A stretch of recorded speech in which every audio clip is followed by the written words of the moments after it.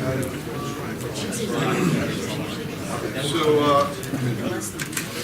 I'd like to welcome everybody to the sixth. I am speaking in the microphone, I'll talk loud, John, and you turn the hearing aid up, please. The whole row. The whole row, I know. And me too. And Hunt's the worst, by the way. But Hunt's wearing the microphone, so I apologize. So I'll just speak loud. First of all, Jared and Mrs. Goodkin, thank you for being here. I'm glad my back's to that because it upsets me to see that picture. I think of him often. Bob Goodkin was a special person. I'm sorry some of the residents will never get to know him.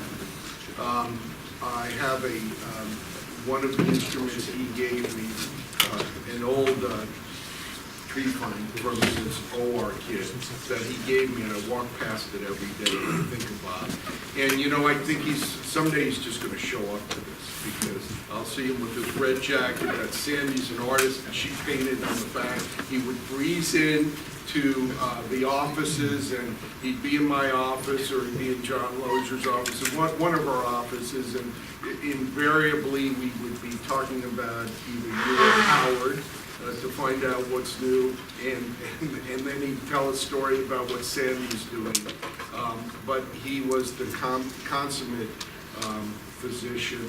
He was an amazing man, and I'm only sorry for my residents that they never got to know him.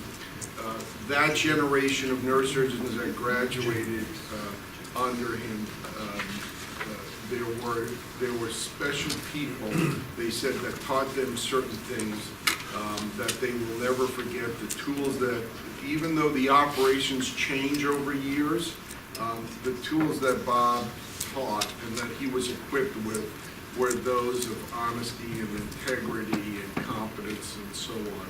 And it's all pretty much fitting that we have a man by, what's your name again, Hunt? A guy by the name of H. Hunt Batjer here. Hunt is the Smith Professor of Neurological Surgery at Southwestern. And this is Hunt's CV for all you future academicians. This is about 90 pages, 436 or plus article, and it stops at 2016, so you haven't updated it. So there are probably over 450 articles. My favorite, though, of course, I read through this last night, 428, Article 428 was from a holistic nursing article about the use of TV and music. So I thought that was pretty good. The three things that I think that Hunt and Bob had in common. First of all, the most obvious thing is they were both presidents of the NSA. The Neurosurgical Society of America is probably one of the older neurosurgical societies, and it's an interesting mix of private and academic neurosurgeons. It's a wonderful meeting. I know that Louis and Amy go to that and just say it's one of the more fun meetings. I got invited once and then never again, and it was really a wonderful meeting, but they both rose to be president of that. They are both men of great honor and integrity. Bob was just simply incorruptible, quite frankly. You couldn't get him to lie about anything. And Hunt's the same way. For the residents, I got to tell you, Hunt's been the leader of every major neurosurgical organization you can name or think of or that has an eponym. He's been president of the American Academy of Neurological Surgeons. He's been president of the Congress of Neurological Surgeons. He has been the chairman of the American Board of Neurological Surgery. He has been the chair of the Residency Review Committee. He has won the founder's laurel of the Congress of Neurological Surgery. I can go on and on, but I'll tell you two stories about Hunt, that is how remarkably honest he is. I remember him standing up when we went to an 80-hour work week. He stood up in front of the ACGME, which, by the way, he is now one of the directors of the American College of Graduate Medical Education. And he said, 80-hour work week. in essence, he said, you're asking my residents to lie about how many hours they spend in the hospital. And everybody turned white. And the response from Tom Naska was, I get your point, Hunt. And Hunt's one of the leaders in neurological surgery who represents us probably better than almost anybody else in the country because of his integrity, his honor. He'll tell the truth. I know I've been on that side when we were in front of Congress testifying on concussion. I was next to him, and of course it was a front page picture of Hunt and I getting excoriated by none other than from the 8th Congressional District, Mr. Weiner, okay? And he was screaming, yes, he was screaming and yelling at Hunt and I about something, and of course I turned to Hunt, and the microphone, unbeknownst to me, was live. And Hunt and I were saying to each other, he said, what are they yelling about concussion? Because he yelled at me, he said, Ellenbogen, how come you've had this job for a week, how come you haven't fixed the concussion problem? And I said, oil's been pouring in the Gulf for over a month. I think Hunt or I said, oil's been pouring in the Gulf for over a month, and those clowns haven't fixed that. Hunt and I didn't realize the microphone was live. It went through all of Congress, and it's on the congressional record, so Hunt and I are probably going to hell in a handbasket for that comment. And just a disclaimer, Hunt had nothing to do with the videos of Mr. Weiner, okay? I just want you to know, because if we could have done it, we would have done it, but we didn't. But anyway, Hunt has gone on, as I said, he's not only a man of honor, he, like Bob Goodkin, is selfless. He has been president of all these organizations in neurological surgery. He's one of our most fearless leaders. He stands up for all the right things. It's not for a shameless self-promotion, because he's been the chair at Northwestern, he's been the chair, he's been the president of everything he can possibly do. He just does it because it's the right thing to do, just like Bob. Bob was selfless. He'd go to the VA. He'd go to Madigan Army Medical Center. He learned DBS because we asked him to learn DBS. There was not a selfish bone in Bob's body, just like Hunt. And Hunt, most importantly to me, is one of my closest friends. For 30 years, he's been a mentor. He doesn't look older than me, but he is a couple of years older than me, and I've learned so much from you, Hunt. Hunt, thank you very much for coming here and honoring a great man like Bob Goodkin, and Sandy and Jared are here, and we appreciate everything you're about to say. I know it's going to be wise and humorous, as always. Thank you.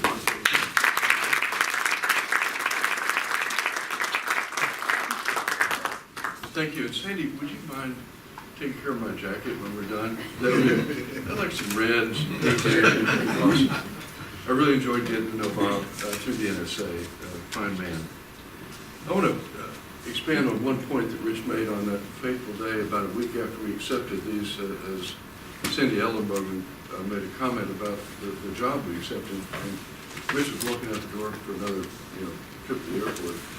He said, Rich, are you going to another NFL thing? And he said, yeah. How much are they paying you guys? He said, excuse me? He said, you turkeys are working for free for a $12 billion industry? He said, you and Hunt are the great negotiators. So, a week later, they call us from the NFL's, we've got to be able to some courthouse in New York tomorrow morning for a hearing. Chairwoman Sanchez was out to get us again. And so we show up and flew in that night before, had an adult beverage, then showed up at the league office. And we were briefed by a senior NFL staffer, and he told us, trying to clarify, I said, gentlemen, these hearings are not about you. They're about the congresspersons. It's their photo op, and they're voiced by it, and so on. And just don't make it bad. Just remember, you're like a prop. Think of yourself like a rug or an ashtray. walked in, they said, Rich, I'm walking on air. I don't know about you. This is a great job. And we were screamed at by Alan Schwartz, and from about that far, from the New York Times, and the rest of it. And then the Rainer story. Well, I'm going to talk this morning about something that I've had a passion for a long time. I'm not going to tell you the number of years. Vascular malformations of the brain. This drawing, where's the PGY1? This drawing has been attributed to Walter Dandy. Why could that not be?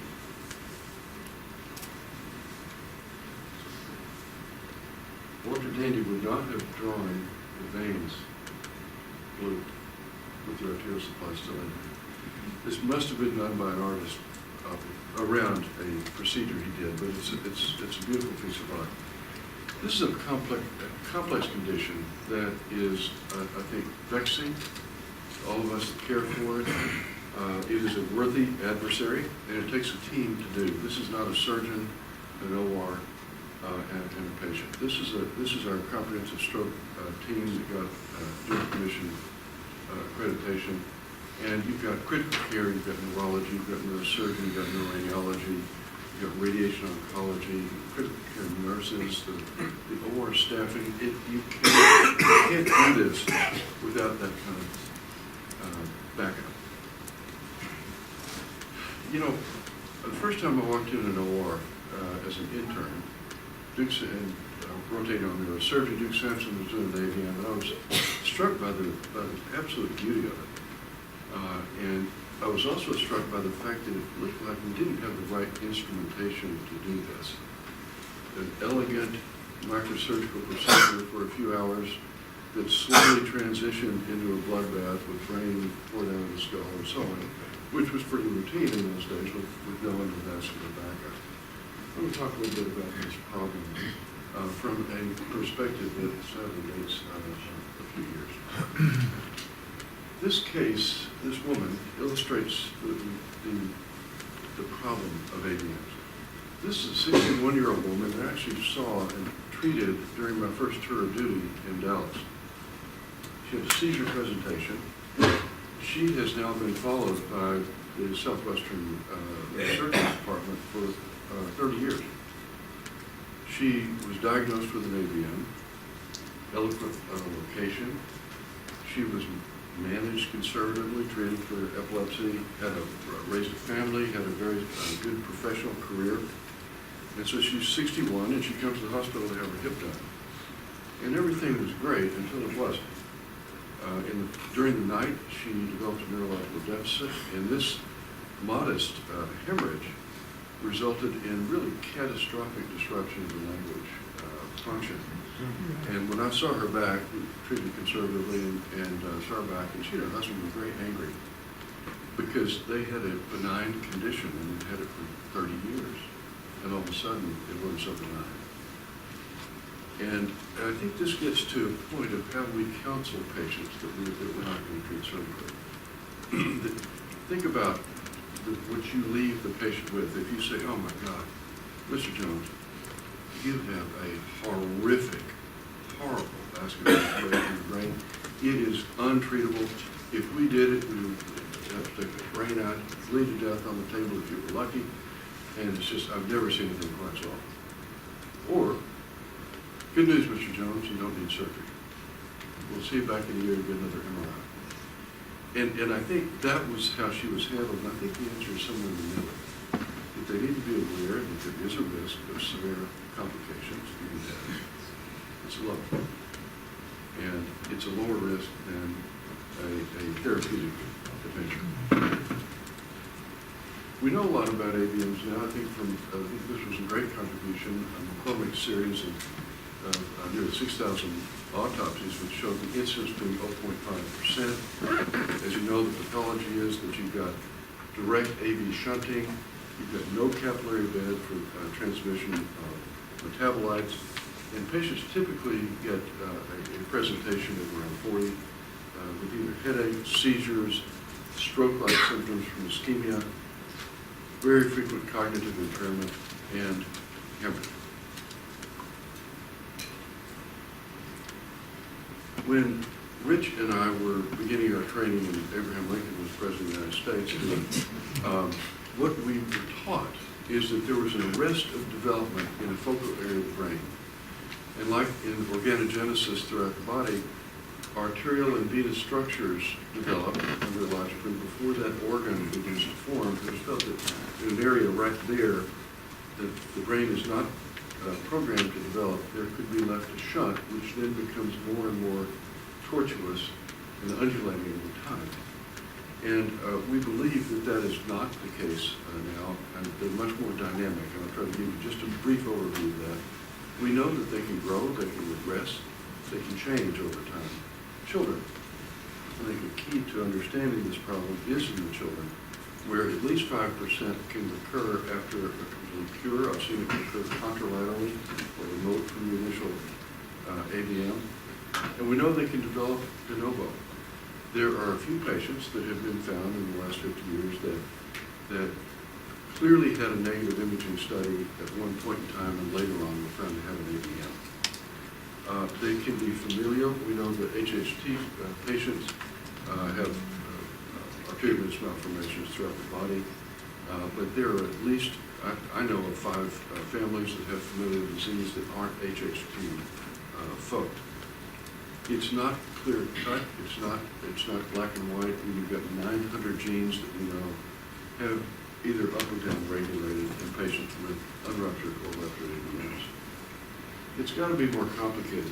It's got to have some genetic background with a 2-hit concept like it happens with many of our conditions. And I'll show you a bit about that. Growth factors are very important. In this condition, you've got ischemic brain, hypoxic brain, adjacent to hyperemic condition, which is a very unstable situation. Inflammation plays a role, as I'll show you. And this is one of those rare conditions in the body where huge hemodynamic forces are happening with the direct arterial shunting through the brain and right back to the heart. Those vessels are under a lot of stress. Angiogenesis, or the ability to form new blood vessels, I think is very important here also. So let's talk about genetics briefly. There are 3 areas that are felt to be initial targets. The integrin family, they modulate the effective growth factors.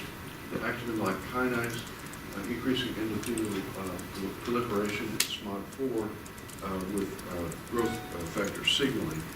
And diagrammatically, you can imagine it like this. All the areas in red, if you had an initial mutation, that could destabilize things, setting the stage for a vascular dysplasia.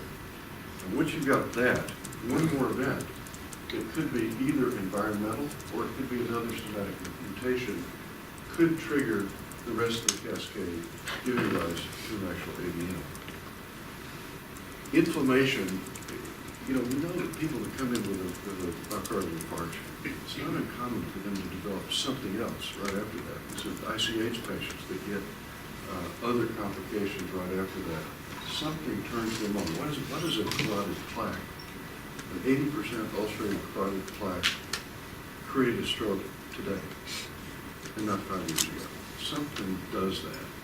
And it's felt, at least in the vascular domain, that you've got interleukin-6, you've got tumor necrosis factor, you've got ApoE2, all leading to an inflammatory trigger of rupture of AVMs. This case of mine is a man with right middle territory ischemia from Moya Moya. You can see he's got an occlusive condition with his leash of neovascularization and angiogenesis. An ECIC bypass has been done here, and he has an incidental ipsilateral frontal AVM, asymptomatic. And it's not serendipity, it's there for a common reason. Children, it was always talked about that there's some sort of hidden nidus around pediatric AVM. And I think this study by Sonskin and colleagues clarified that that's really not the case. It's VEGF.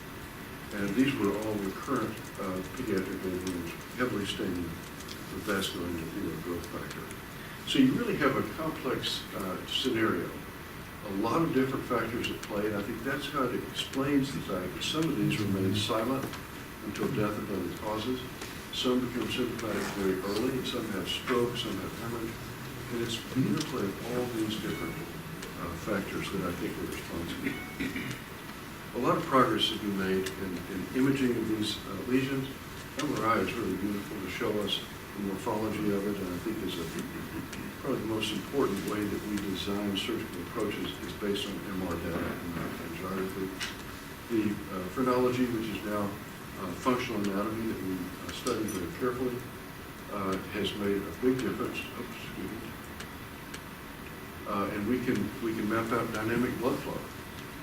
And this is with SPECT, with PET scanning, and with an MRI technique that I'll show you that Tim Carroll from Northwestern patented. Bookend spin echo quantitative MRP, I don't know how you name it that, but it is a beautiful technique that really shows ischemic brain around an AVM when it's present without the use of radiation. Transcranial magnetic stimulation, you guys use that regularly? I think this is a very interesting technique that has been around for a long time looking for a potential application, and I'm not sure it's found it.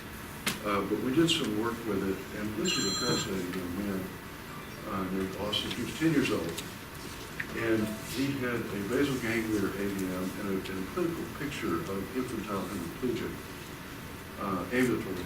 And phenotypically, he was autistic, completely consumed with his parents in the room and the physician in the room with his game device, and no interaction whatsoever. We mapped out his motor cortex, which was quite normal with the AVM underlying it. The amazing thing about this kid that speaks to autism is his mother, they were from Kentucky, his mother would take him to church. He would come home, go to the piano, sit down, never had a piano lesson in his life, and play the hymns from that morning. That's one of those weird things about autism that we have not figured out. Fold imaging is a beautiful technique. I have concerns about its application in AVM patients because as you use your right hand in this way, autoregulation directs more flow by vasodilation into your motor cortex, and it directs more flow than you actually need for that activity, and that extra oxyhemoglobin can be imaged. And this is an example of what can happen with a lesion of long-standing, like an AVM. 23-year-old young man. Here's his AVM. He had horrible epilepsy. He couldn't be controlled, and he was told that it couldn't be treated. It was right when I got to Northwestern. We did a bold study on him, and this is a flip, but this is the left side. If you give him a left-hand activation, his right motor cortex behaves normally. But if you use his right hand, he's activating only his supplemental motor area and his contralateral motor cortex. So he has flipped functional anatomy in a good way. And that allowed this to be treated. Interesting, he awakened completely plegic and really post-op for 2 days, and then his arm and leg came back and walked away. And he made me famous on the North Shore of Chicago because he named his dog Batjer.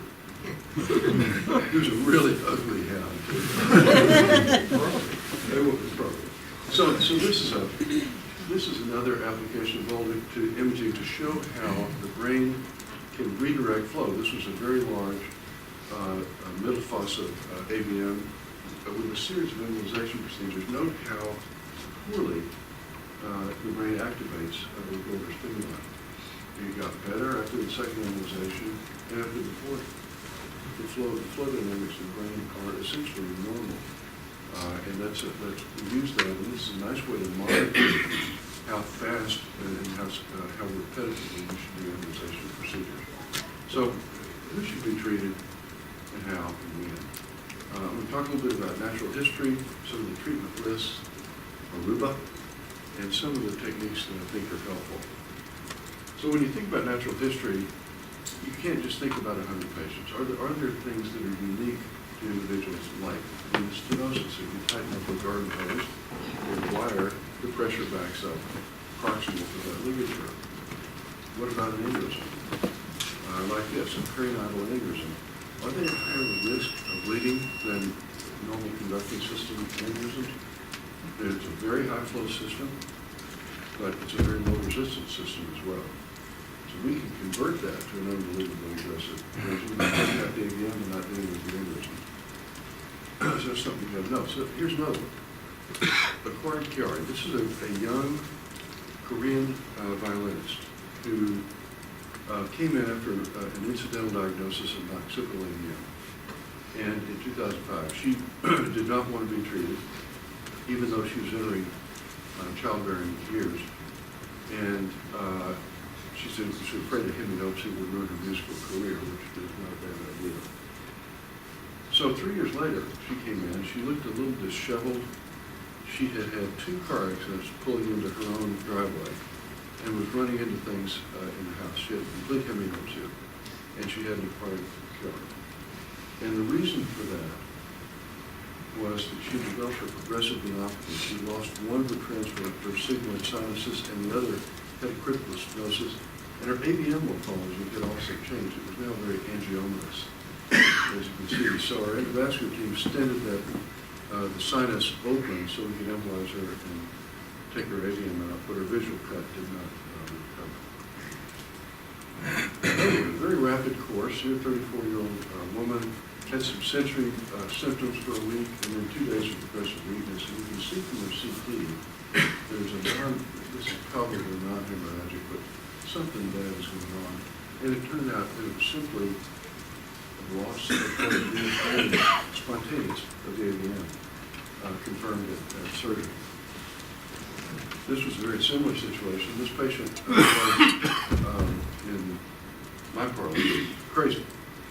Absolutely crazy. And I saw her 10 years prior to this, and she had normal studies with a simple cerebellar AVM, and I asked her to be treated because she had chronic horrible headaches and with a lot of overlay and so on. And she didn't want to be treated, or she kind of vanished, and she changed neurologists at some point. And the neurologist repeated her MRI, and it showed this new finding, which was focal flare signal around the AVM, which is not good with our 10 years prior study. And that was found to be also due to loss of the anterior venous drainage of that AVM. Does that mean it's become biologically active? It's a high risk of rupture? That would be my interpretation of that. And they looked like it was plotted off about 2 weeks earlier than the operative on it.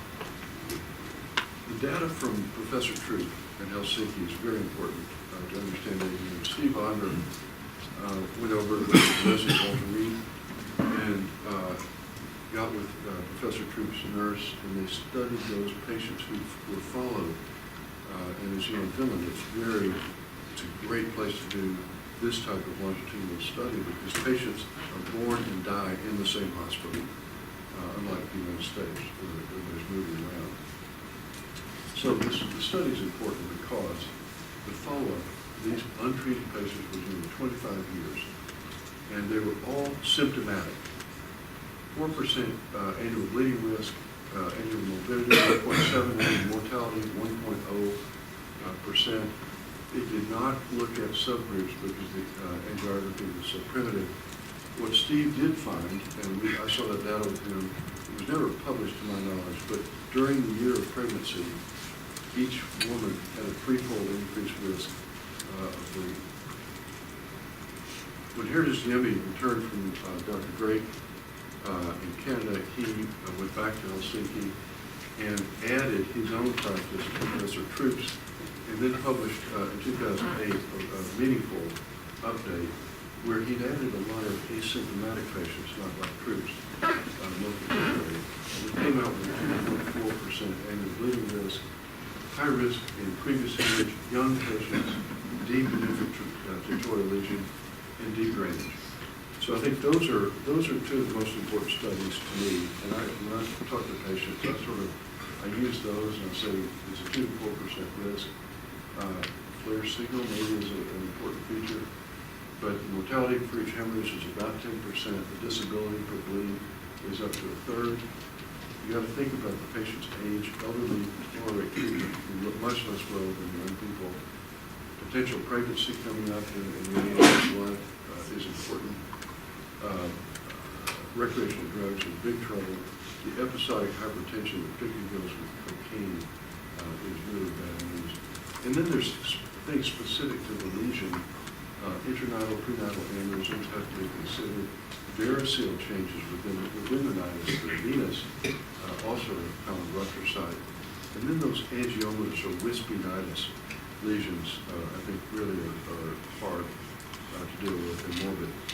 You know, the Spencer scale I won't dwell on, but I think you have to think about this for each patient and not just code them as a number. Duke and I struggled with this, trying to come up with a grading scale that captured the essence of the disease, and we did not do it. I'll give you a couple of examples why. Size, it makes sense. The larger, the more difficult all aspects of their care is. But what about that? Certainly large. But this is a different deal. This is marginated by Fox, cranial base, and convexity dura. It's a lobar problem. We're taking out a tumor. Eloquence is it's not anatomic eloquence, but it's eloquence as defined by contemporary imaging studies, where we can see where language comes from and where writing comes from. The idea of deep venous drainage as a treatment for a higher level of severity may in fact be important in the natural history of the disease, but for treatment, I would much rather have deep drainage. Deep drainage is out of my way. It does not affect your development of the surgical planes. A lesion like that is trouble because you've got venous obstructions everywhere you go. As you use your bipolar cautery 1,000 times, you can inadvertently have some transmission of that charge, narrow some of the venous outflow, and actually worsening the turgor of the lesion over time. So I sort of use this paradigm as the age of the patient, their sex, pregnancy, the biology of the case. How's it, does it come on, symptoms come on over a week, like I just showed you, or is this something that's asymptomatic and we know they've had it for 20 years? The general health and neurology of the patient, how severe their impairment is. Do they understand the risk? Do they understand what it's going to be like to not have a good right hand? To not do buttons with the right hand? Does that not matter? Do you have any neurologists? It wouldn't matter to a neurologist. For one of you, it would be a catastrophe. So that's something to think about. And the family used to be on the same page with the treatment team. What about the lesion? Is important. Size. Look at the slow body as a modifier. Eloquence, embryonal versus an angiomatous morphology is very important. The angiomatous has normal brain within the matrix of the AVM. Nightly aneurysms and varices, they have been built into the treatment paradigm. Venous stenosis, I think, is important for the natural history. Perforator involvement. We demonstrated that years ago that heavy perforator supply really increased the morbidity of the operation. And as you know, as you get down to the base and you get these things bleeding, what do? They retract deep in the tissue and you have to chase them. And that's when you hurt people. New flare signal, I think, is a harbinger of something bad, and I think you have to really raise your antenna to try to figure out a way to treat that. But if you use good criteria, have patients with the appropriate neurology for what they've got, excellent endovascular backup, you can get really good outcomes with seemingly difficult problems. This is not a complicated lesion, but one that came out very, very nice and clean and a perfect patient at the end of the day. Aruba. What does Aruba mean? This is a study that I did not participate in. Duke Sampson did not. I don't know if you guys did. We were participants, but I could not enroll any patients. Every patient that saw me wanted to have surgery, so it was very difficult. And I would have thought every patient that came to see you wanted to go to Dallas if you go. We published, we published, John was first asked, we published a study of Aruba eligible patients. Yes. So this is a super study. Obviously, Jay Ward's a fine person, but you can't just, these are very individualized lesions. They're not just every super AVM we randomize from 1 to 1. Does that make sense? basal ganglia? I don't think so. So Jay's argument was that we know that ruptured lesions should be treated, but there's no data about non-hemorrhagic ones, and increasing numbers being identified with the imaging, cost of treatment high, risk of treatment significant. So let's do it. So the idea was to recruit 42 sites in 9 countries, a one-to-one randomization, either medical management or interventional management. Primary outcome, it's an intent to treat, so crossover state or randomization. So the problem with the study is this: the interventional arm could include endovascular care, microsurgical, radiosurgical, or in combination by the choice of the PI at that site. No parameters built around it. Medical arm was simply controlled headache or seizure frequency with meds. 5-year follow-up, and that was the deal. It was powered to 800 patients to be randomized, so that they would have an 85% chance of identifying a 40% difference in outcomes between groups. That didn't work. By what Dr. Shaker just said, the American centers did not participate. And it was not only the PIs who were not willing to randomize many of the patients they saw, the patients weren't willing, and their referring physicians weren't either. So that was a problem to Jay Moore. So he starts recruiting additional centers from around the world, usually endovascular driven centers. Recruitment was weak everywhere. And over time, the target went from 800 to 400 to 250, and they didn't even get there. Overwhelmingly, endovascular therapies were chosen for the patients 5-to-1. Cure rates were low and they were high. So I'll show you that, and ultimately, you're only talking about 100 patients in each arm of the trial. Published, and as you know, 95% of patients had embolization of some type, stereotactic radiation 30%, surgery 17%. This is not an American trial. So what are the outstanding results here? The endovascular patients, how many were cured? 20 to 33%. Stroke rate, 50%. 50. It's just unacceptable. Political disease with it, 2 to 4% natural history, that's unacceptable. Surgery had a 100% cure rate, with a 12% stroke rate. Radiation had a low cure rate and a low complication rate. So the study was done, finished, medical 8% stroke and death, interventional 85%. And what I learned from that is, if I am walking down the streets of Paris and I clutch my head suddenly and I vomit, and the paramedics come, I'm going to tell them to take me to Charleston. I'm going home. If they're not on strike. Correct. So the Eurovision is Aruba's inclusive medical care can be surgery every day. There's no institutional difference. It's all the same. Long-term follow-up not necessary. And the Americans felt differently and felt that the European strategy of slow all-day immunization for cure every time is a dangerous modality. So what should we do today? What about ruptured lesions? When do you time it? Our protocol has been for many years to delay intervention when possible, manage them through their critical illness, unless you have to take out a life-saving procedure for hematoma, in which case you would try to avoid the AVM if you could. And that the hooker, though, is in those with aneurysms of this type, 2B or prenatal or intranidal that are ruptured. And we treat those acutely. So Jeff Batjer, one of our fellows, did a 15-year look back of ruptured patients using that protocol and found, basically, this is a significant publication now, and it basically shows that the risk of rupture in the first 4 weeks is less than 1%. The risk in that first year of rebleeding is about 11%, and that's consistent with other sources. And the aneurysms do carry a higher risk if they have bled, and I'll show you some examples of that, and they should be treated acutely.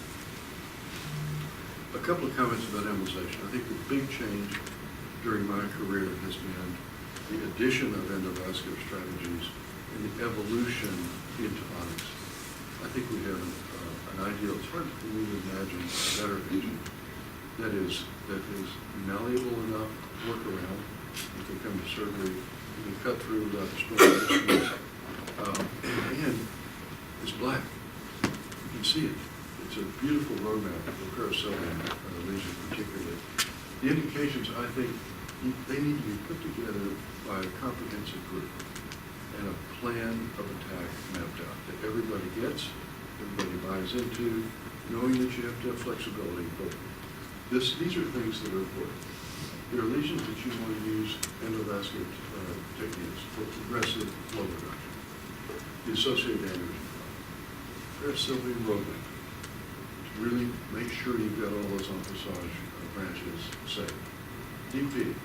Small stuff coming up through the base, it's going to be a problem. External feeding, it's going to have trouble during the craniotomy. And in our center, about 5% of AVMs are cured. I don't know about yours. I think it's that.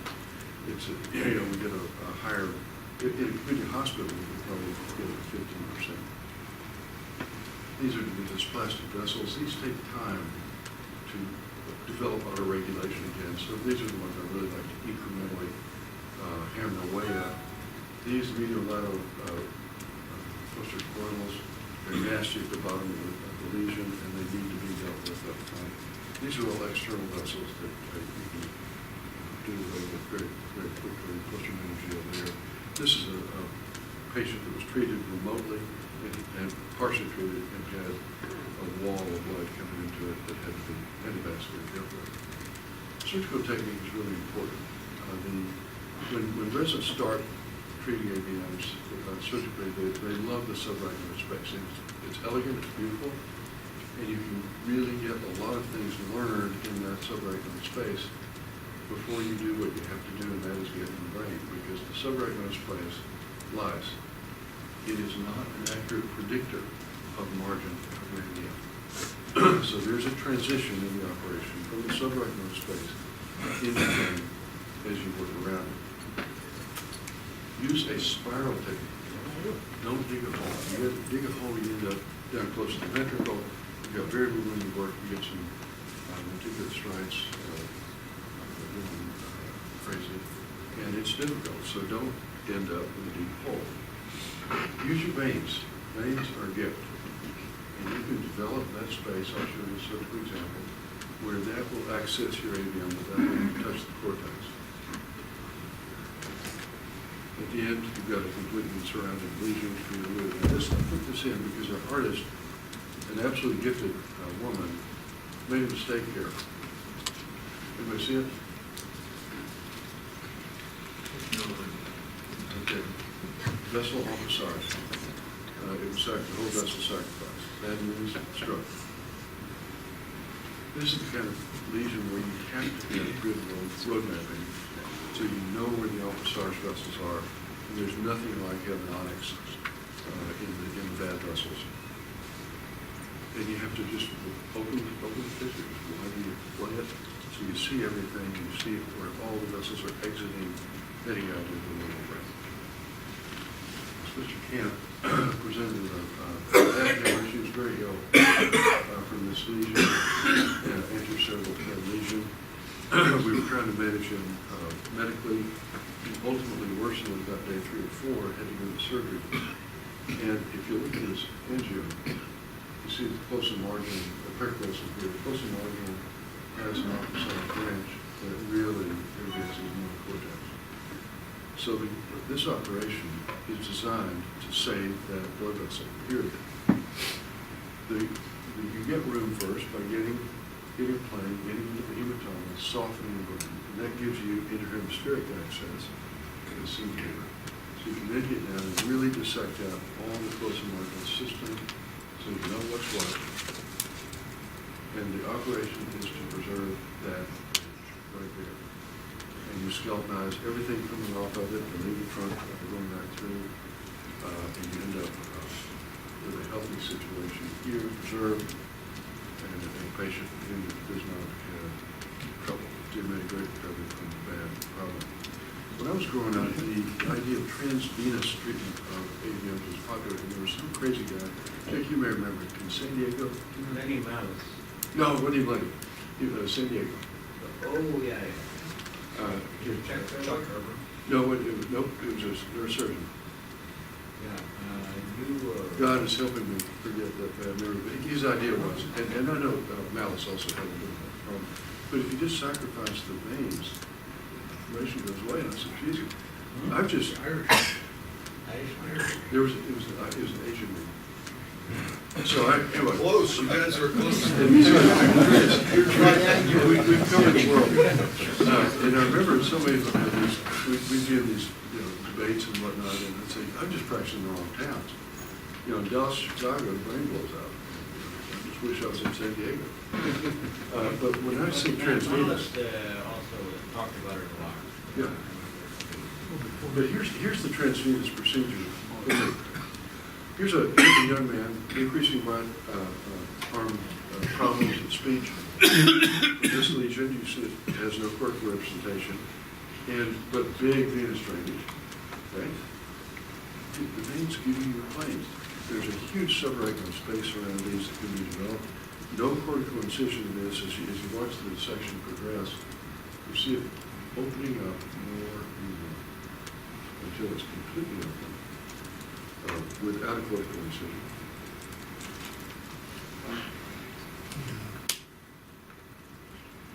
Keep going, stay on the margin. At the end, you've got the thing. Breathe. And it's a no-touch technique. Use the veins. This one that I showed you before, 30-year-old, multiple seizures, a formidable AVM slow. These are not minimally invasive procedures. Get room, get across the sinus, especially for the huge amount of anterior cerebral diffusion. Find a margin. Neuronavigation is helpful to do that. And then the operation itself is very much like a frontal glioma. Simply deepen. And the retractor system I like is to have the retractor with two hands and a brain that is functioning to help the surgeon. It works very well.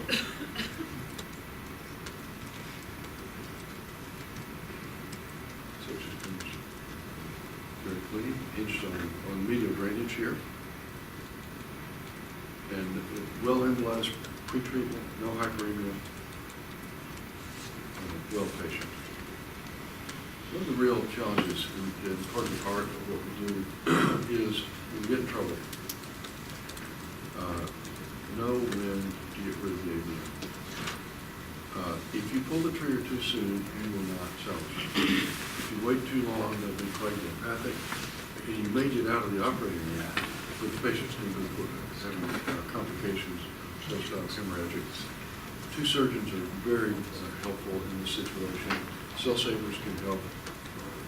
And I think you have to look at it in a little bit of a philosophical way. These are old problems. You've all seen them. We saw them a lot more in the pre-embolization days, but we still do. And let's just take a horse with a scared rider. What does that horse do?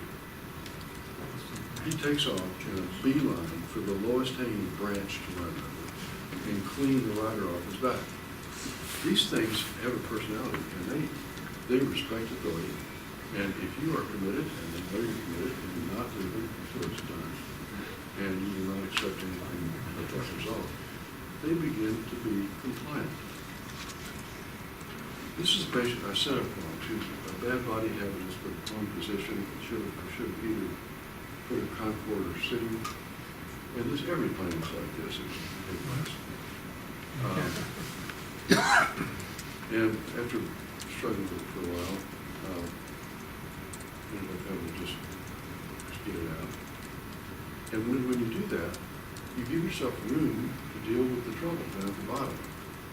And once you get, once the AVM is out, you can actually see it and deal with it. using cotton tamponade, residual clips are a very elegant way to do this. But you, with two surgeons working together, you get these things controlled. It's not enjoyable, but it's doable.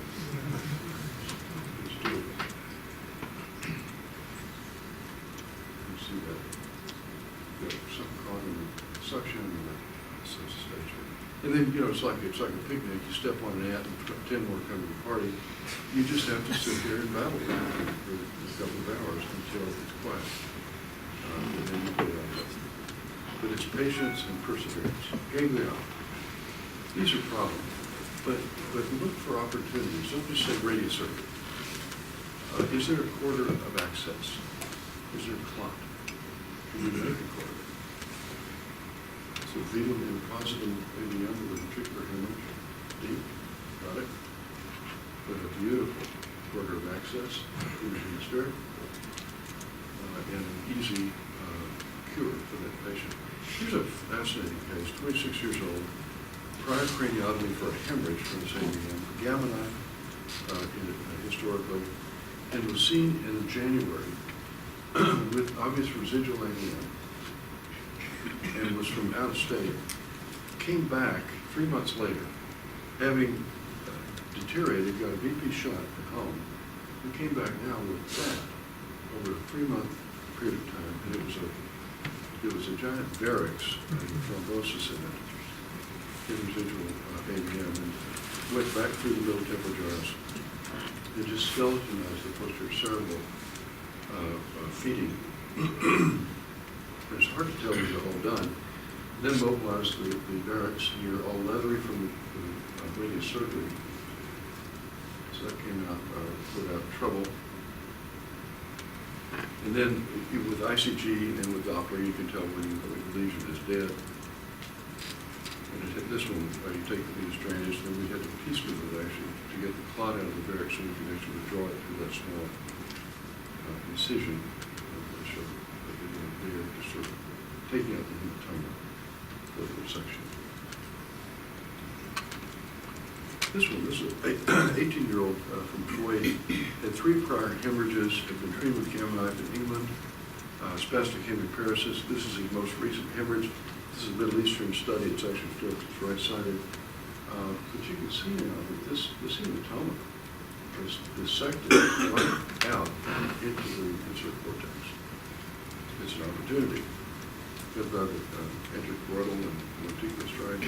And this is the exposure from the right side, carotid, third nerve, little cerebral complex coming out, an opening into the insula, and opening into the temporal horn to control the intrachoroidal. And as with prior radiated AVMs, these are very benign to remove, as you can see here. So it's deep. We have a beautiful corridor of access. Be removed safely, venous drainage included here.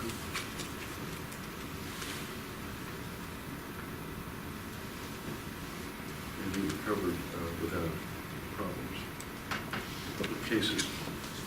56-year-old man, refractory epilepsy, who planned an embolization procedure, and a week later, an operation. This is his lesion. You can make an argument that he probably didn't need embolization. I wish we had. It was done very well endovascularly. The recovery room was fine for an hour. And my phone went off. I had office hours, and I didn't pick it up. My chief was calling. So I finished talking to the patient, went out the hall, called him. He said, "Sir, go to the PACS system for me." Went to the PACS. Looked down and said, "James, go to the OR now." He said, "Sir, you're in the operating room. You have just enough time to go change your clothes." He had the head open when I got there, and that's a system issue. A very astute set of residents, an OR designed for this problem. There's not, you don't have a task force to determine whether you can have an OR, and that's how lives are saved. Here we have a neat procedure I'm going to show you. The 2 intercerebral and ventricular hemorrhages, so early in the bleed. The lenticular striate aneurysm in the feeding vessel with 2 failed endovascular attempts. here's his angiogram. And I had he was from outside, and I had our radiologists and neurosurgeons look at it. They didn't think they could get into this any better than the attempt that had been made. And Tony Whitworth, who's a Kim Burchell trained functional stereotactic guy, I said, Tony's had a good way that you could target this thing for me. And he came up with this, and this is Suzanne Truex, our artist. She drew it.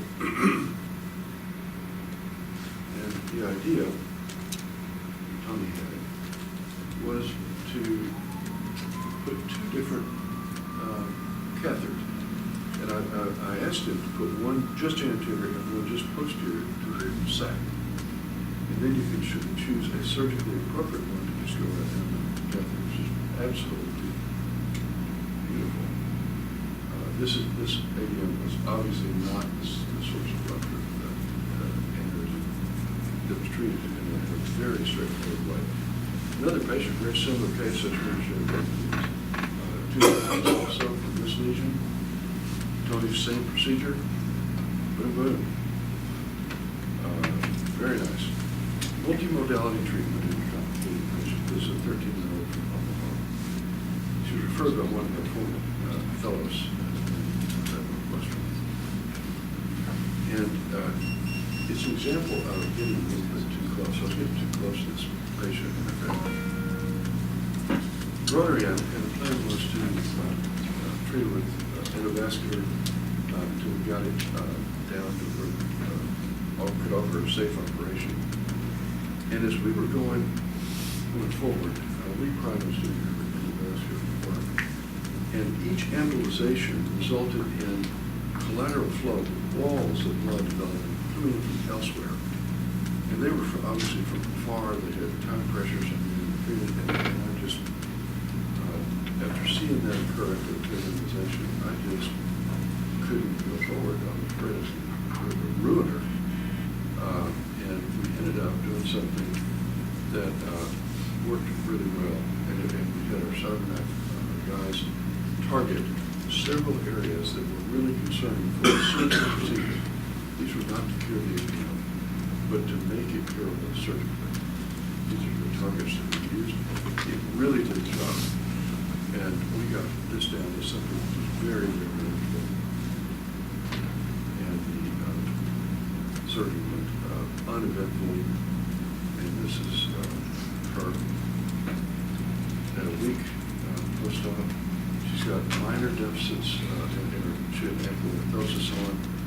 As you'll see, she's got some proprioceptive problem in her right hand at a week post-op. But has made a fantastic recovery.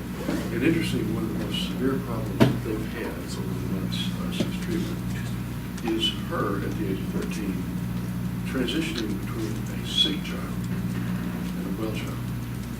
That is actually a very difficult transition. So I hope I've touched on some areas that are important in this complicated problem.